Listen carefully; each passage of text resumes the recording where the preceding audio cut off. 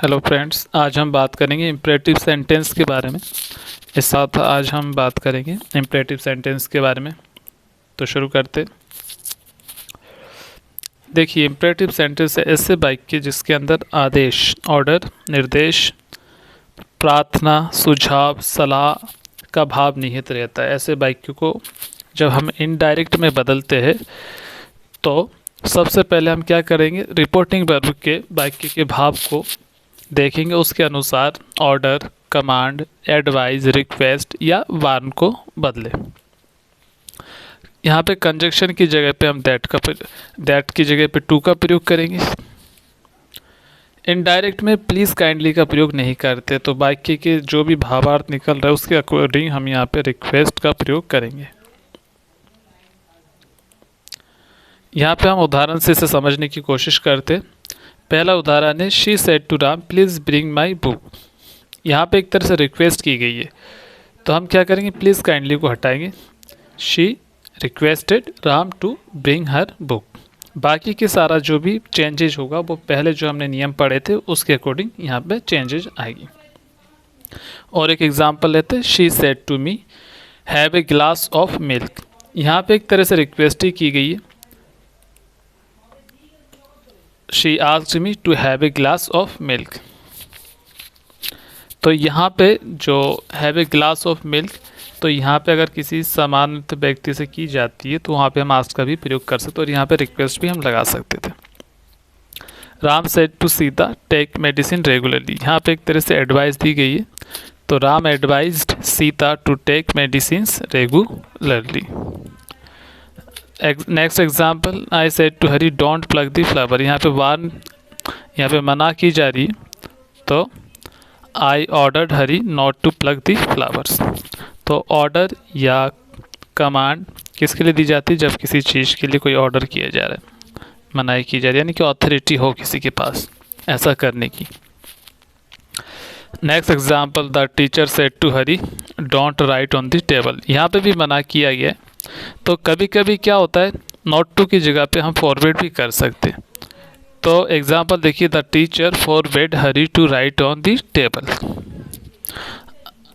आगे अब हम बात करेंगे ऐसे सेंटेंस जिसके अंदर इम्परेटिव हो, यानी कि इसके अंदर यूज़ ऑफ डू का प्रयोग होगा।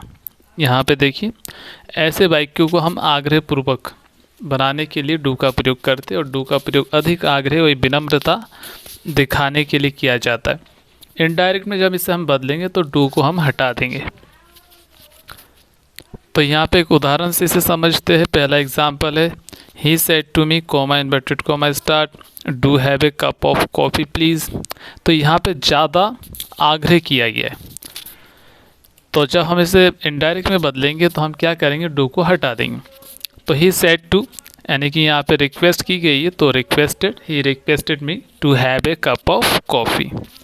अब दूसरा एग्जांपल, इम्परेटिव और टेक क्वेश्चन की अगर हो उसमें, तो ऐसा देखते हैं, he said to me open the door will you. देखिए यहाँ पे टेक क्वेश्चन का प्रयोग किया गया है, तो जब इनडायरेक्ट में बदलेंगे तो उस टेक क्वेश्चन को हटा देंगे।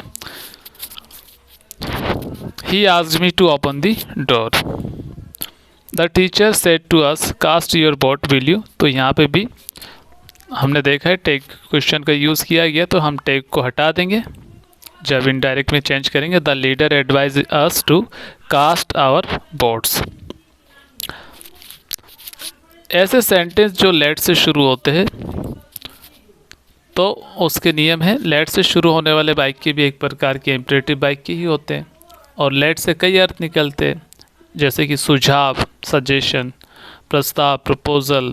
इन सब के लिए लेट का प्रयोग हम निम्न प्रकार से कर सकते हैं।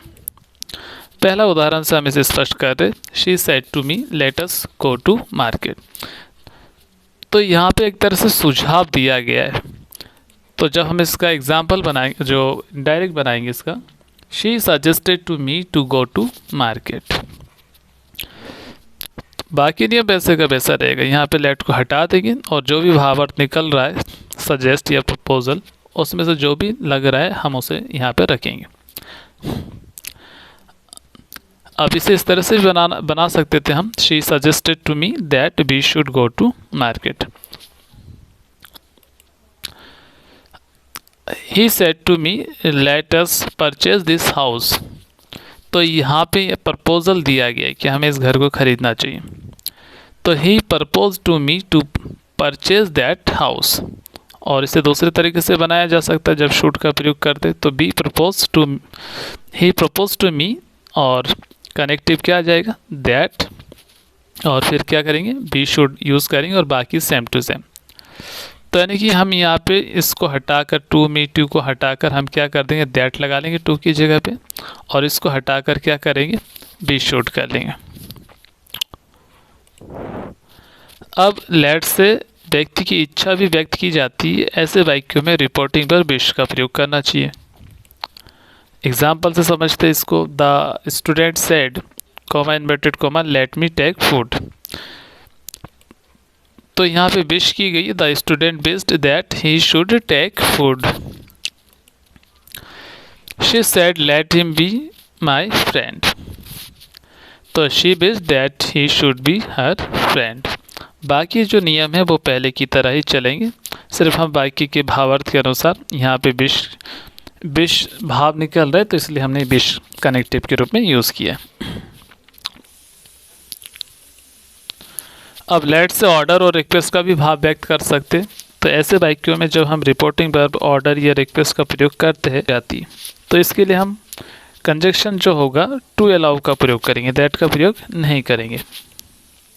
एग्जाम्पल लेते हैं इसका। The boy said to the teacher let me go home now. तो यहाँ पे टीचर से एक तरह से आदेश मांगा गया है, रिक्वेस्ट की गई है। तो इसका जब हम इनडायरेक्ट बनाएंगे तो the boy requested the teacher to allow him to go home, और नाउ का किस में चेंज हो जाएगा, देन में। The principal said to the peon let the student come in.